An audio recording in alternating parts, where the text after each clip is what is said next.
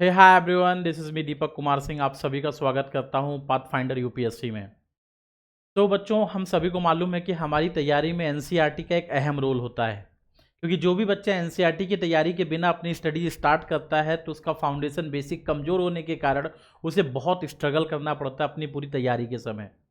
हर कोई कहता है कि एनसीईआरटी इंपॉर्टेंट है, लेकिन एनसीईआरटी क्या आंसर राइटिंग में भी इंपॉर्टेंट है? और आखिर हिस्ट्री की आंसर राइटिंग में हम एनसीईआरटी का यूज कैसे कर सकते हैं, इसके बारे में मैं डिस्कस करने आपके सामने आया हूं। तो चलिए, समय बहुत कम है, स्टार्ट करते हैं और डिस्कस करते हैं। ठीक है, चलिए। तो देखेंगे बच्चों, जैसा कि आपको यहाँ पे दिख रहा है, ठीक है, मैं आपको थोड़ा सा इसको दो पार्ट में बांट के बताऊंगा। सबसे पहले मैं आपको बता दूं कि हम बात करने वाले हैं एक सब्जेक्ट की एनसीईआरटी पे, ठीक है, हिस्ट्री पे। आप सभी को मालूम होगा, इसके लिए हम एक अफोर्डेबल बैच भी ला रहे हैं, जिसमें क्लास 6 to 8 के NCERT doctor Mahipal sir, the legend Mahipal sir करा रहे हैं। उसके बाद 9 to 12 के एनसीईआरटी मैं आपको करा रहा हूँ। तो ये जो हिस्ट्री का सेगमेंट है, इस हिस्ट्री के सेगमेंट को हम दो भागों में बांट लेते हैं। एक हमारे सामने ये आता है, ठीक है, कि how to write the answer. एक क्वेश्चन आ गया हमारे सामने, हाउ टू राइट, ठीक है, एन आंसर। हम एक आंसर कैसे लिखें, एक अच्छा आंसर कैसे लिखें, एक क्वेश्चन ये आ गया। और सेकंड क्वेश्चन हमारे सामने ये आ जाता है कि हम उसमें एनसीईआरटी का यूज कैसे करें। इन दोनों चीजों के ऊपर मैं आपसे डिस्कस करूंगा और जानकारी दूंगा। सबसे पहले मैं आपको अगर आंसर राइटिंग के बारे में बताऊं हिस्ट्री में, तो आप सभी को मालूम होगा, हिस्ट्री की आंसर राइटिंग करते समय या किसी भी सब्जेक्ट की आंसर राइटिंग करते समय हम आंसर राइटिंग को तीन पार्ट में बांटते हैं। एक होता है इंट्रो, सेकेंड है आपका मेन बॉडी, और थर्ड है आपका कंक्लूजन। बोला जाता है कि हिस्ट्री की जो आंसर राइटिंग है, उसमें इंट्रोडक्शन में किसी भी टॉपिक के ऊपर दो ही चीजें लिखनी होती हैं। अगर वो क्वेश्चन आया तो उसके ऊपर दो ही चीजें लिखी जा सकती हैं। एक, या तो आप उस टॉपिक को डिफाइन कर सकते हो, और या तो आप उस टॉपिक को एक्सप्लेन कर सकते हो। क्लियर है? हाँ, दो चीजें आप कर सकते हो, या तो आप डिफाइन कर सकते हो या तो आप एक्सप्लेन कर सकते हो। फॉर एग्जाम्पल, अगर क्वेश्चन नेशनलिज्म पे आता है तो नेशनलिज्म को या तो आप डिफाइन कर दो या तो एक्सप्लेन कर दो, या तो आप नेशनलिज्म की परिभाषा दे दो या तो आप उसके बारे में थोड़ी सी जानकारी दे दो। तो इस तरीके से अगर आप देखेंगे तो आंसर राइटिंग में जब हम इंट्रोडक्शन में जाते हैं तो हम यहां पे डिफाइन या एक्सप्लेनेशन पे ही जाते हैं। फिर मेन बॉडी में जब हम आते हैं तो बहुत सारे डायमेंशन, क्वेश्चन ने जो पूछा हुआ है उस पर हम आंसर लिखते हैं, क्योंकि मैं अगले सेशन में आपको एक आंसर राइटिंग लिख कर भी दिखाऊंगा लाइव यहीं पे।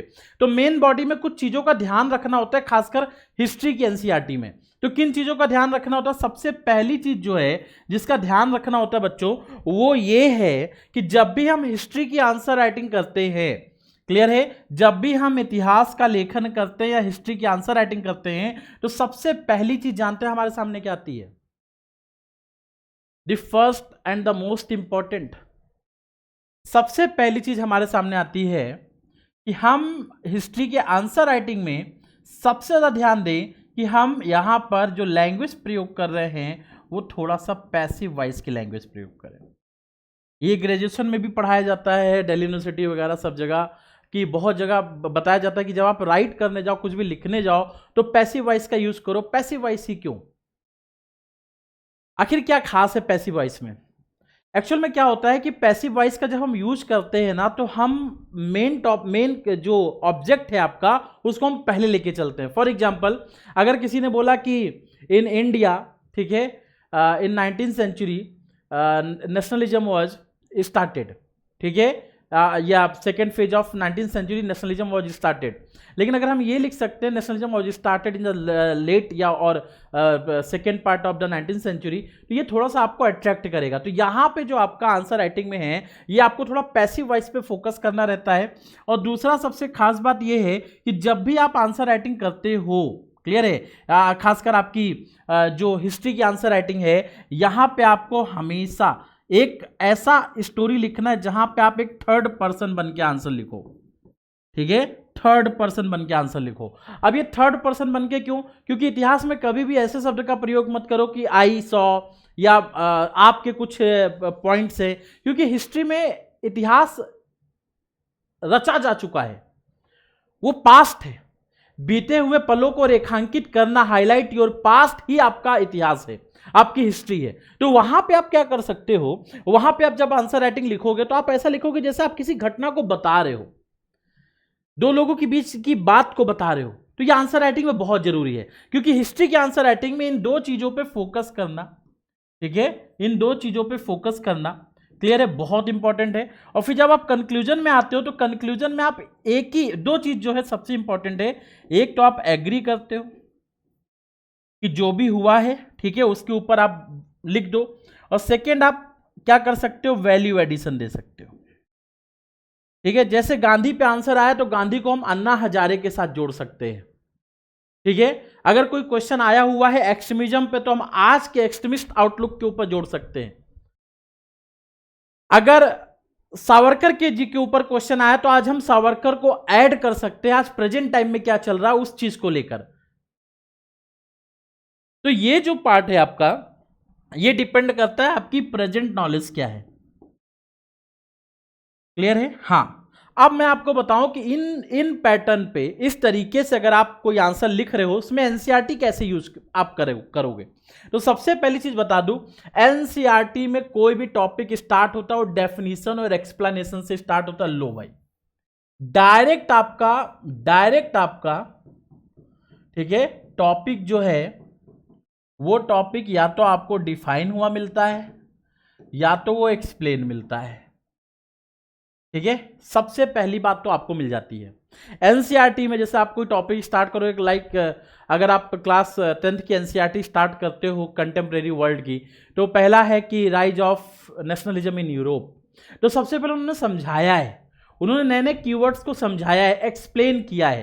तो एक्सप्लेनेशन आपको सबसे पहले उस टॉपिक पे मिलता है, तो आपको एक प्रॉपर अंडरस्टैंडिंग हो जाती है, आप उसको एक समरी बना के रख लेते हो कि भाई हमारा एक्सप्लेनेशन ये होगा। क्योंकि एनसीईआरटी की खास बात ये कि 10 लाइन आपको पढ़ाएगा, 10 में से आप अपने आप समरी बना लोगे 5 लाइन की, तो वो आपको एक यहां पे बेनिफिट मिलता है। दूसरा बेनिफिट आपको क्या मिलेगा, ठीक है, जैसा कि आपको यहां पे दिख रहा होगा कि जो फोकस आप कर रहे हो पैसिव वॉइस या थर्ड पर्सन की तरीके से, ये एनसीईआरटी की डायरेक्ट लैंग्वेज है, ये एनसीईआरटी की लैंग्वेज है। मतलब एनसीईआरटी में जितने भी टॉपिक हैं उनमें पैसिव वॉइस के आधार पर, और साथ साथ अगर आप देखेंगे तो थर्ड पर्सन की तरह बात की गई है, क्योंकि यह आपको बताता है कि इतिहास को सच में किस तरीके से पढ़ना चाहिए।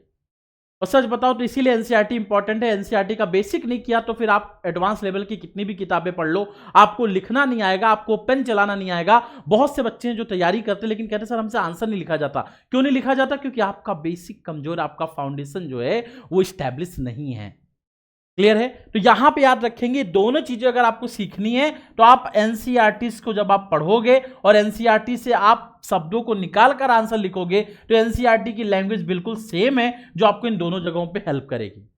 और फिर आप देखेंगे एनसीईआरटी में बहुत सारे बॉक्सेस दिए हुए हैं, ठीक है, अलग अलग पॉइंट पे, उनमें कुछ वे फॉरवर्ड भी है, कुछ स्टोरी फॉर्मेट है। तो बॉक्सेस का यूज आप कंक्लूजन में कर सकते हो, या फिर इन बॉक्सेस का यूज आप मेन बॉडी में भी कुछ फैक्ट के लिए कर सकते हो। जैसे गांधी की लोकप्रियता के लिए र्यूमर बहुत इंपॉर्टेंट है, तो र्यूमर के बारे में तो आप यहां लिख सकते हैं। फिर गांधी के बारे में और भी बहुत सारे पॉइंट दिए, कोट दिया हुआ है, आप कहीं इंट्रोडक्शन में या तो कंक्लूजन में कोट कर सकते हैं, मतलब वैल्यू एडिशन दे सकते हैं। तो इस तरीके से अगर हम देखें तो एनसीईआरटी का यूज हम आपके हिस्ट्री में इस तरीके से करेंगे।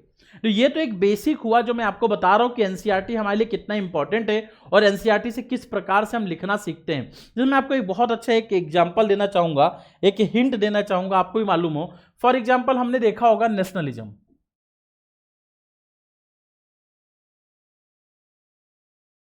ठीक है, हाँ, राष्ट्रवाद, नेशनलिज्म।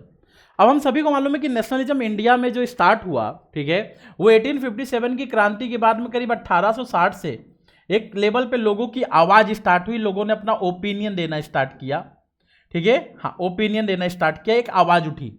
तो जब ये आवाज 1860 में उठी है, ठीक है, तो ये आवाज कैसे पूरे ऑल इंडिया कैरेक्टर में 1885 में इंडियन नेशनल कांग्रेस में बदल गई। कैसे बदल गई? आपको मालूम है बंगाल, मद्रास और बॉम्बे, ठीक है। अगर मैं इसको थोड़ा सा ऐसे करूं तो आपको ऐसे दिखेगा पूरा भारत। तो ये आपका मान लीजिए बंगाल है, ये आपका मद्रास है, ये आपका बॉम्बे है। तो जो लोग हैं पूरे भारत में, ये डिफरेंट लैंग्वेज, अलग अलग भाषा बोलने वाले लोग थे। अब बंगाल का आदमी मद्रास गया, मद्रास का बॉम्बे गया, और ये क्यों जा पाए? क्योंकि रेलवे आ गई। तो जब रेलवे ने पूरे इंडिया को कनेक्ट किया और जब कनेक्शन स्टैब्लिश हुआ, अलग अलग भाषा के लोगों में एक चीज कॉमन दिख गई, वो क्या थी? British exploitation. जो ब्रिटिश ने एक्सप्लॉयटेशन किया था वो कॉमन दिख गया, और जब ये ब्रिटिश एक्सप्लॉयटेशन कॉमन दिख गया इन तीनों के बीच में, तो इसी ब्रिटिश एक्सप्लॉयटेशन और रेलवे और इनके बीच में जो कॉमन एक एलिमेंट डेवलप हुआ, इसने इनके बीच में यूनिटी को डेवलप कर दिया। राष्ट्रवाद जो है मतलब एक एकता को डेवलप किया, जिससे राष्ट्रवाद मतलब नेशनलिज्म का डेवलपमेंट होता है। अब ये भी एक एस्पेक्ट है, ये भी एक रूप है। कैसे पता चलेगा? जब आप एनसीईआरटी के शब्दों को जोड़ोगे। ये एनसीईआरटी ही है जो आपके आंसर राइटिंग को बहुत डेवलप करेगा। आपने बहुत से टॉपर्स से सुना होगा कि जब हम आंसर राइटिंग करें तो उसमें सबसे इंपॉर्टेंट है हम किसी भी एस्पेक्ट के पॉलिटिकल, इकोनॉमिकल, इन सभी एस्पेक्ट पे चर्चा करें। तो वो पॉलिटिकल, इकोनॉमिकल, सोशल, कल्चरल, वो डेवलपमेंट कहां मिलेगा, थॉट प्रोसेस कहां डेवलप होगा? वो एनसीईआरटी के साथ डेवलप होगा। तो बच्चों देर नहीं करना है, आप सभी को ज्वाइन करना है, ठीक है? एनसीईआरटी बैच क्लियर है? तो मैं आपको यहां पे सबसे पहले बता दूं, एक तो Agnipath 2.0 comprehensive GS plus CSAT batch आ रहा है, जो 2024 और 25 के बच्चों के लिए होगा। ये बैच जो स्टार्ट हो रहा है 16 जून से स्टार्ट हो रहा है। आप दीपक वन कोड यूज करके इसे अभी अवेल कर सकते हैं 7999 पे केवल। तो ये तो रही बात जो अग्निपथ बैच की है, लेकिन ये जो एनसीईआरटी जिसके बारे में आपको बता रहा था, ये एनसीईआरटी का केवल कोर्स अगर आपको एनसीईआरटी का लेना है तो ये भी आप ले सकते हो, जो कि अवेलेबल होगा 5000 के आसपास, मतलब 4999 में, ठीक है? हाँ, और अगर आप कोड यूज करते दीपक वन तो आपको कुछ डिस्काउंट भी अवेलेबल होगा। क्लियर है? और अगर आप इसके साथ में अग्निपथ भी लेना चाहते हैं, आप चाहते हैं कि एनसीईआरटी फाउंडेशन बनाने के बाद में मैं एडवांस स्टडी भी करूं, क्लियर है, इंडिया के बेस्ट एजुकेटर्स के साथ में एडवांस स्टडी भी करूं, तो फिर मैं आपको बता दूं कि अब आपको यहां पे दीपक वन कोड यूज करने पे अभी आपको 11999 में ही अवेलेबल होगा, जिसकी एक्चुअल प्राइस 18000 है। अभी डिस्काउंट ऑफर चल रहा है, तो देर ना करें, जल्दी से ज्वाइन करें ये बैच, ठीक है? और आइए साथ मिलकर तैयारी करते हैं यूपीएससी की। हम गाइड करेंगे, मेहनत आप भी करेंगे, हम भी आपके साथ करेंगे, और बहुत अच्छा रिजल्ट 2024 में फिर लेकर आएंगे। Okay, thank you so much. जय हिंद, जय भारत।